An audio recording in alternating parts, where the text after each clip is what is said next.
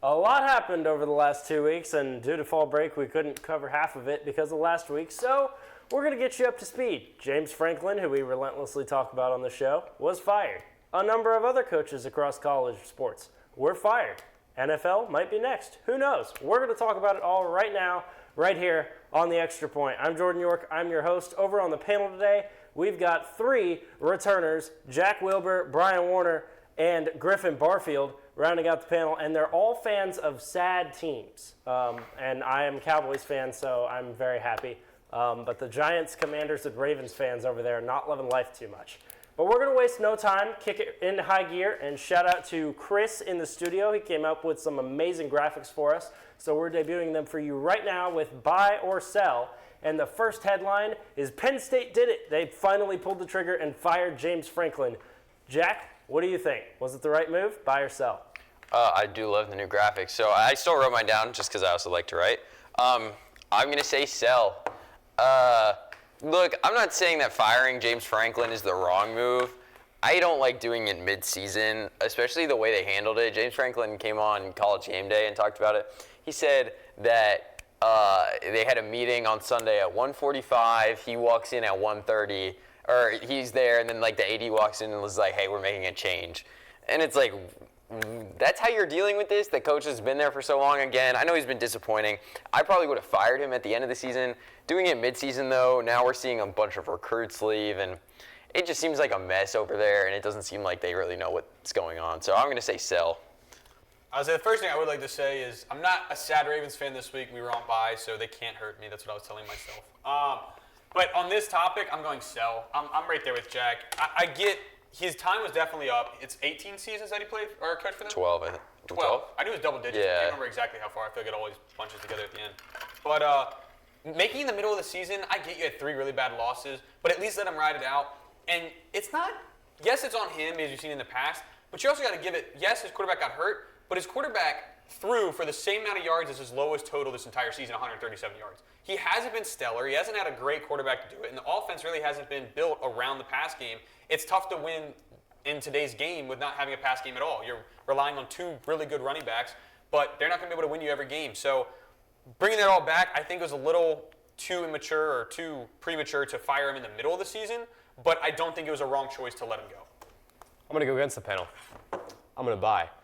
This is what I think. I think it was important that you make the move. Why? Because you set yourself as a market for a head coach that you're looking for. That's why they did it with Billy Napier.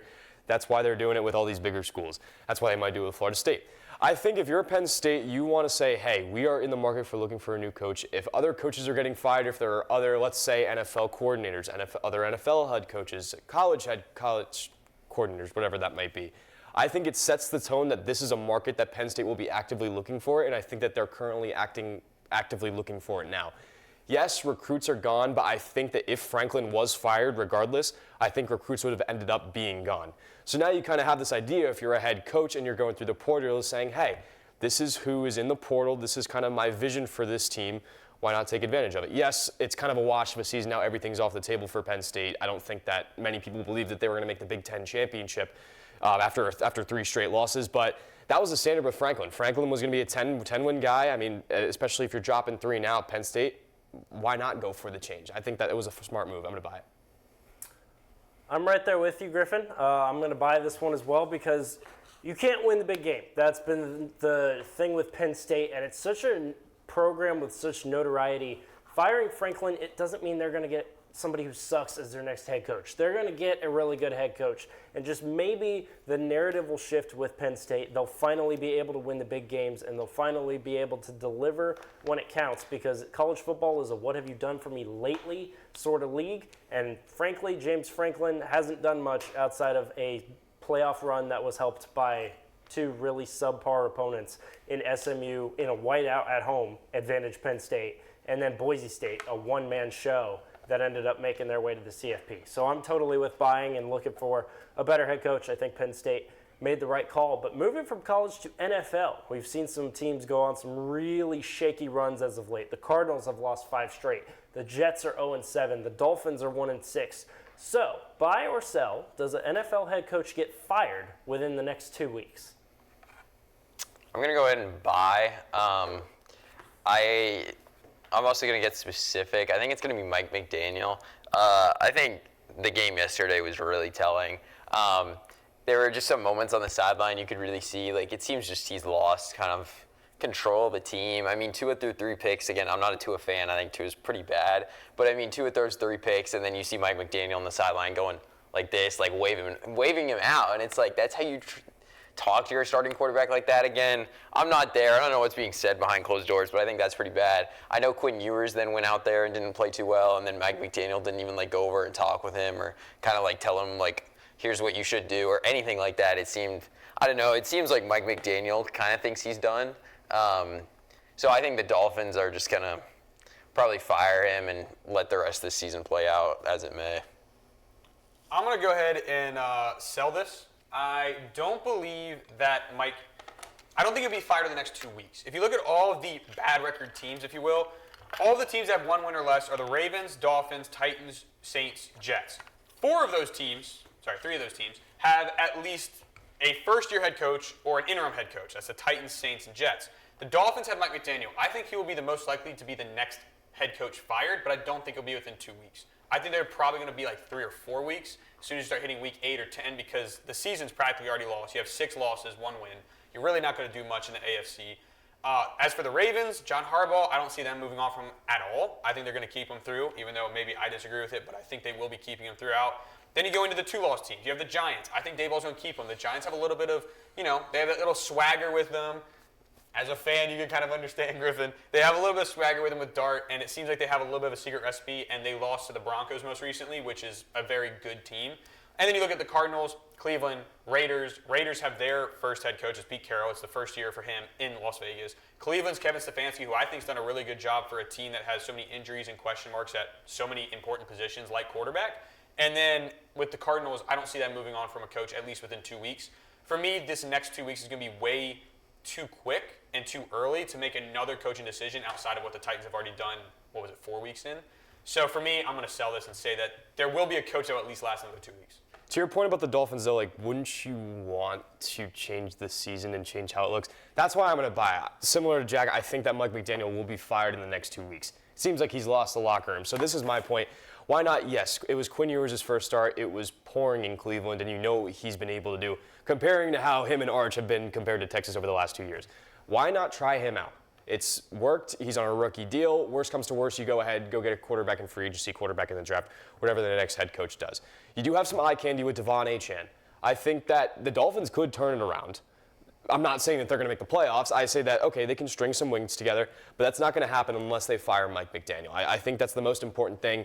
You have Jalen Waddle. You have guys like Malik Washington. Darren Waller has shown flashes of playing well, but I mean, I think Mike McDaniel is off. I don't think that he's going to end up being a Miami head coach just based off how he's presented himself in press conferences. He doesn't look like Miami's next head coach, and then to your point, he just hasn't really been talking to players. I think him and both Tua, I don't think either of them should be back. I think that they should go through Quinn Ewers. I'm going to buy this one as well for 2 possible head coaches. I think Mike McDaniel's fairly obvious. I think he's absolutely lost the locker room. Tua throwing his teammates under the bus and then throwing 3 picks the following week. They just can't play well at all. They're arguably the worst team in the NFL. Yes, the Jets are winless, but I think if the Dolphins and the Jets played, the Jets would actually win that one. The Dolphins are just a train wreck right now, especially with Tyreek Hill being done for the year. And then I think Jonathan Gannon, the coach of Arizona, is on the hot seat in a major, major way because his late-game clock management is absolutely horrible. It cost him a game against San Francisco. It cost him a game against Green Bay. It's cost him, I think, 4 games this season and like 5 at the end of last season. So I think Gannon is very much on a hot seat. I don't know if they pulled the trigger on him in 2 weeks, but I think Mike McDaniel, they absolutely do, so I'm going to buy this one. We're going to move on, sticking with coaches, but we've got a new segment. It's called Stake Your Claim. So I'm going to give you a prompt, and you make your claim as to who you think will fill this position. So the first headline from this weekend was Billy Napier, after a win against Mississippi State, was fired, much to the delight of the Florida Gators fan base. I'm not so sure how I feel about that. But nevertheless, Billy Napier is fired. He's on the market, rumored to possibly be coming to Clemson if Garrett Riley ends up getting canned after this year, but we'll see about that. But as far as Florida goes, the best coach to replace Billy Napier is I'm very excited for this segment. I love talking like possible head coaches. So for Florida, I'm going to kind of cheat and say 2. I have Lane Kiffin from Ole Miss or Alex Golesh from USF. Lane Kiffin, I know people don't think he's going to leave. I'm not saying he will. Lane Kiffin has done a really good job at Ole Miss, and I think people have kind of gotten used to how Ole Miss has played recently, like being, more kind of, not necessarily national title contender every year, but kind of that like better half of the SEC or, very good team. Ole Miss, though, besides Lane Kiffin, has not been a great SEC program. They've been pretty bad. So I think you give a guy like Lane Kiffin the tools at Florida, I think that would be dangerous. I think if Lane Kiffin, unless he has a really close emotional attachment to Ole Miss, I would understand that. Otherwise, I think he should make the jump. Florida's, I don't know what the word is. I can't think of the word. Florida's got a lot to work with. They got a lot of money. But then an underrated one I haven't seen a lot of is Alex Golesh from USF. He was the offensive coordinator at Tennessee with Hendon Hooker beforehand. I really liked that hire when he went there, and he's really been able to turn that USF program around. They were really bad under Jeff Scott, former Clemson offensive coordinator. He really turned that around. He's really good at recruiting in that Florida area, so I think he knows Florida well. So that's kind of my underrated pick. Yeah, I have the same too. To your point, I think Kiffin's going to end up being the home run hire. You're going to have more money.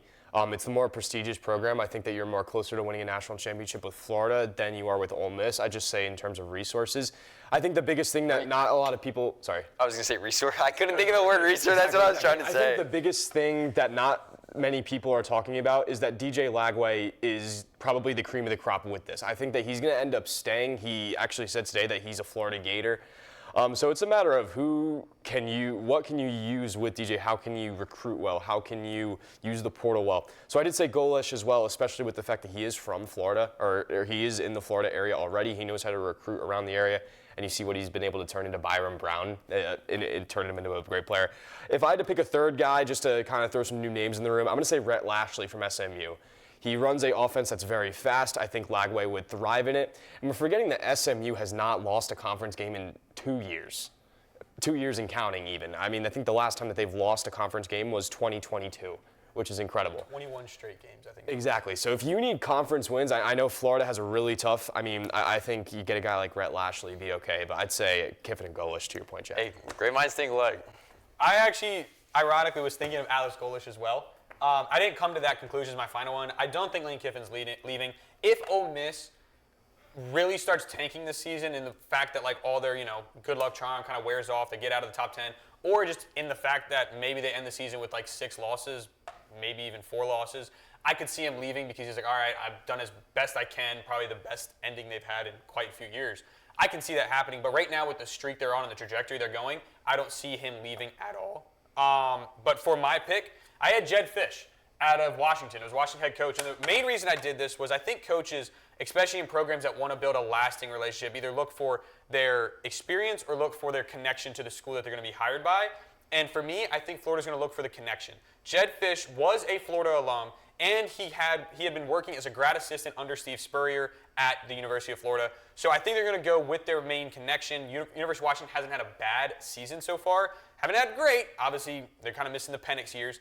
But I do think that he's good enough that I think Florida will look at him and be like, you know what? You know how Florida should be. You're a Florida Gator through and throughout. You bleed blue and orange. I think we're going to hire you and bring you in as our next head coach. Will it be a lasting pick? I don't really know.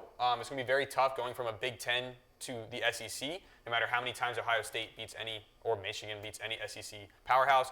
But Washington is going to be a really tough transition. But I think if you were to look at one to keep the same culture of Florida, I think Jed Fish would be a good pick. Well, 3 of the panelists, and 2 of the panelists and the host, I should say, 3 of the 4, agree with Alex Golesh. I think that's absolutely the right call. I think when you build a group of 5 team to a playoff contender, that is your stepping stone to become a head coach at a major conference level. Florida in the SEC, that's a big name. It's a big prestige that comes with that. They were the national champions in our lifetime. That's not an unreasonable environment by any means. I think Alex Galesh has done a tremendous job with South Florida. They are a playoff contender. I think if they beat Memphis, they're the group of 5 team that's represented in the playoff. Due to time constraints, we won't be able to pick that game. But I think Alex Galesh is the best fit, and he has that Florida connection. He knows how to recruit very well. So I think that's the way to go. Now to the fun one, James Franklin. Who replaces the choker in big games at Penn State? Okay. I guess I'll go first. I like Matt Campbell. I feel like for Penn State, you can't go some like flashy pick.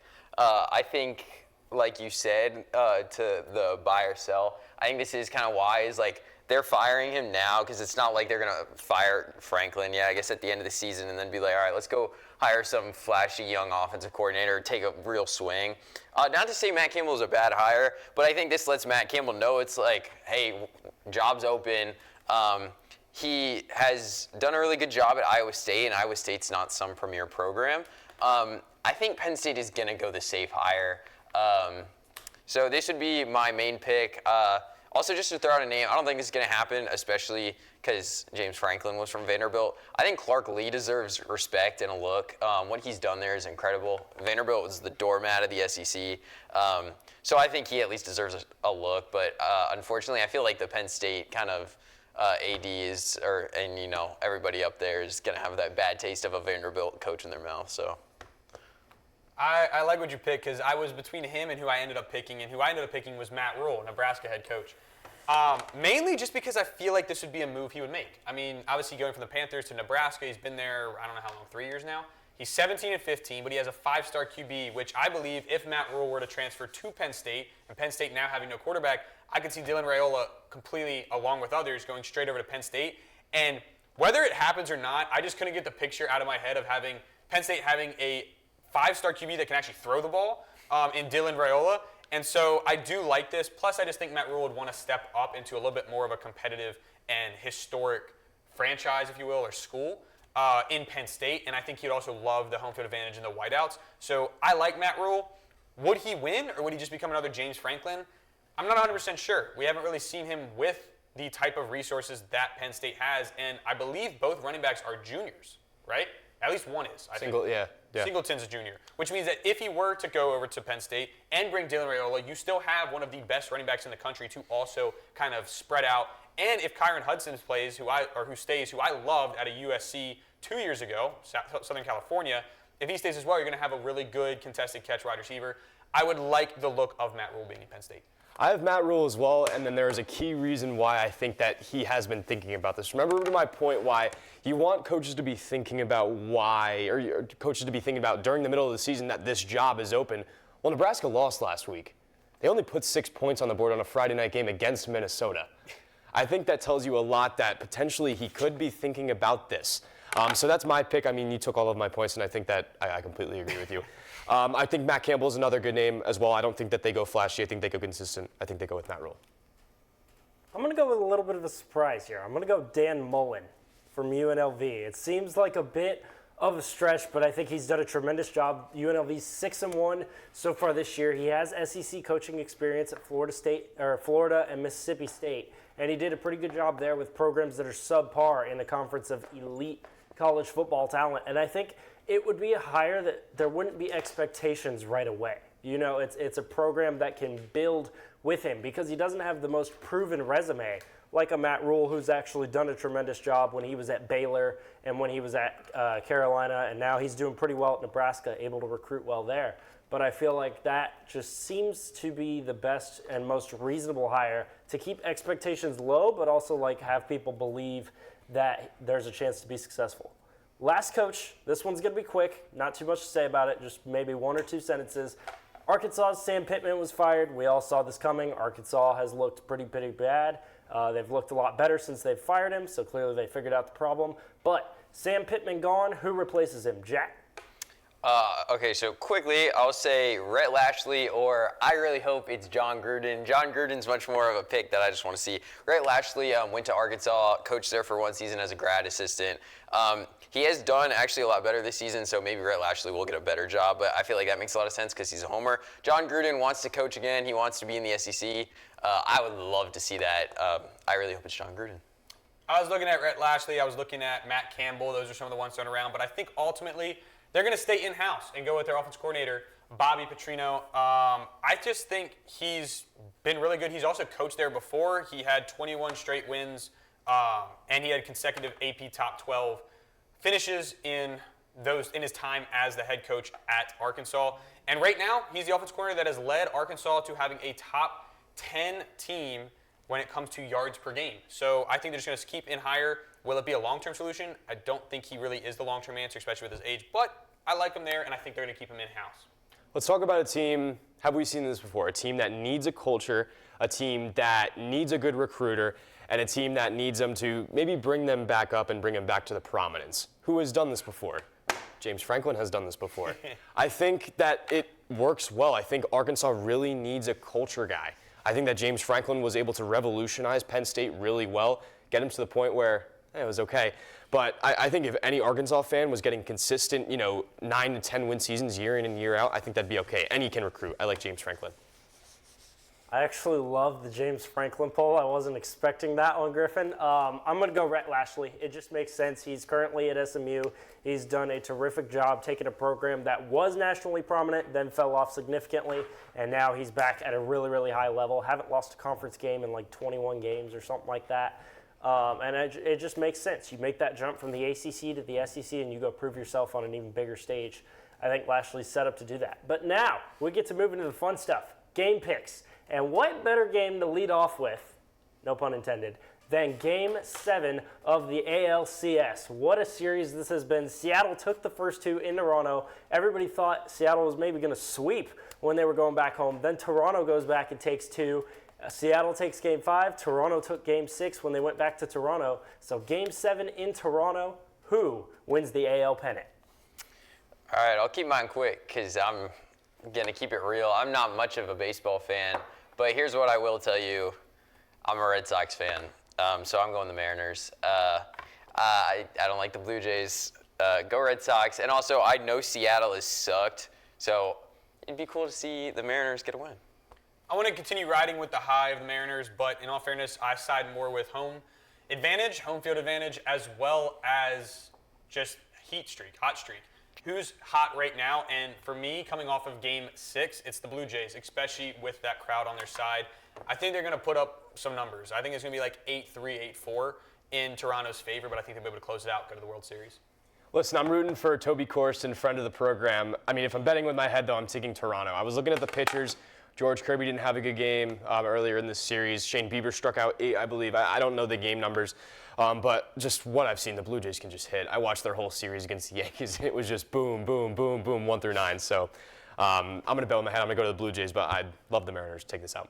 Seattle is the only MLB team to never reach the World Series. They have Cinderella on their shoulders and Cal Raleigh, an MVP candidate, but it's not enough. Vladimir Guerrero has been on another level this postseason. He was excellent against New York in that divisional round, and now in the championship series, he's just gotten even better. Had a homer in Game 6, lit up the crowd in, I want to say it's the Rogers Center that they play at. Yes. Good guess. And so, yeah, I'm going with Toronto. The home crowd, too much. And I think also they have the best chance to beat LA should they go to the World Series. I think LA is going to kill whoever they play because they are just the Dodgers. They're the Avengers. But I think Toronto puts up somewhat of a fighting chance. I don't think Seattle can do it with just Cal Raleigh. But now moving on to the NFL. We've got one game, and it's the Cowboys. Woohoo! How about them Cowboys? Coming off a nice big-time W against the Washington Commanders yesterday. Defense actually showed up for a change. I was beyond happy. And they are taking on the Broncos in Mile High. The Broncos, who were down 19-0 and 26-8 in the fourth quarter against the Giants, and proceeded to score 33 points in that final quarter and ultimately beat the Giants and the love story of Jackson Dart and Cam Scatterbo, which everybody is just absolutely all over right now. But this is a really intriguing matchup. A Cowboys offense at full strength, a Denver defense that's pretty good, an offense and defense matchup on the flip side. Denver probably has the advantage, but panel, who you got? I swear I'm not usually this biased, but today I'm feeling biased. I'm a Commanders fan. Go Broncos. I hate the Cowboys. Sorry, Jordan. We got wiped yesterday. But also, I mean, still, yes, it's a biased pick, but it's also not. I mean, I think the Broncos are the better team here. I don't think that Cowboys defense is very good. This Broncos team, I really like that comeback against the Giants. Sorry, Griffin. That's really impressive. Like, way to keep your head in the game, even though you haven't put up points going into the fourth quarter. I mean, I really like this team. I like Sean Payton, and I love Bo Nix. So Broncos. I'm going to agree with that. I really like the Broncos as well. This is a Cowboys team that their defense just doesn't seem like it has been in years past. I mean, they've given up at least 20 points to every single opponent they've faced.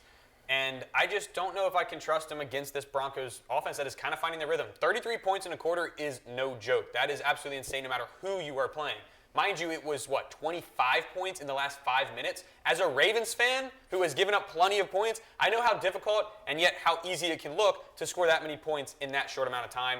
I do have the Broncos, and I really think a key thing in this is that they're going 2 mile high. It is called mile high for one reason.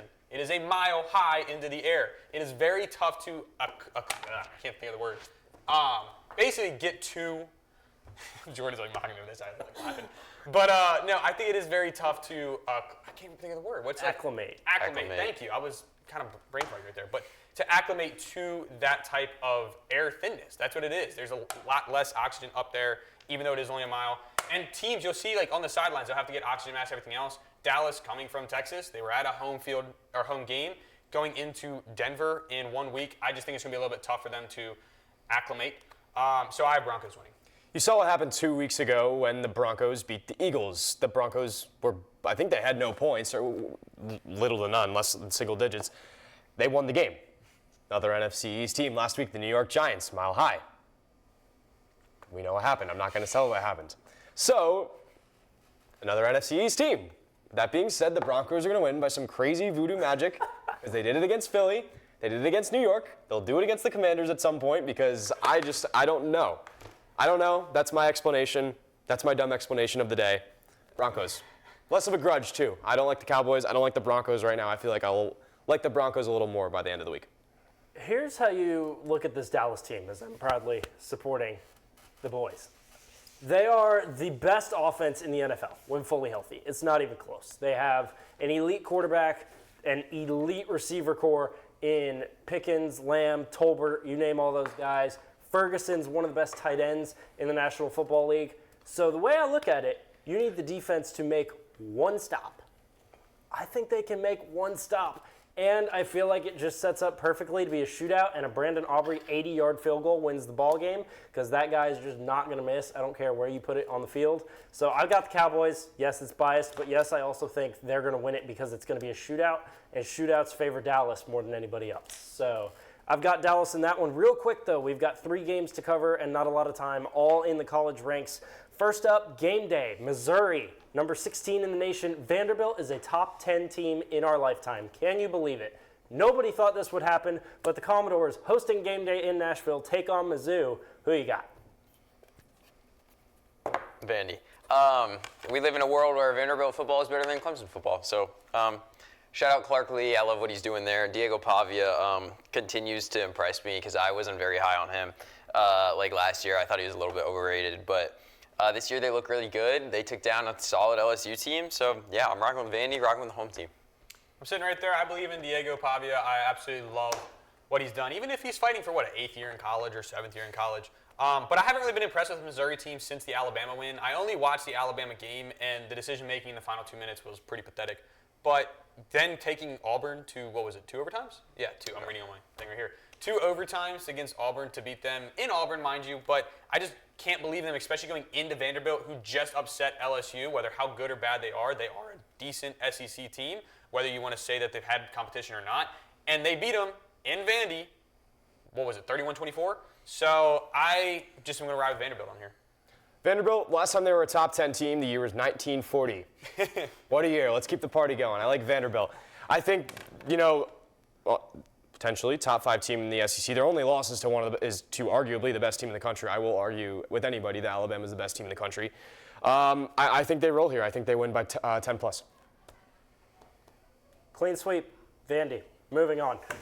One sentence.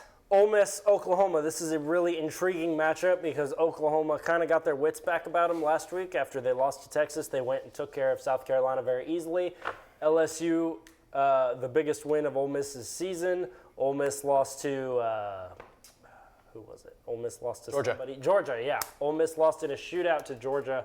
That was a really fun game. But do they get back on track against an Oklahoma team with a Heisman contender at quarterback? Or does Ole Miss slide and Lane Kiffin start to consider leaving?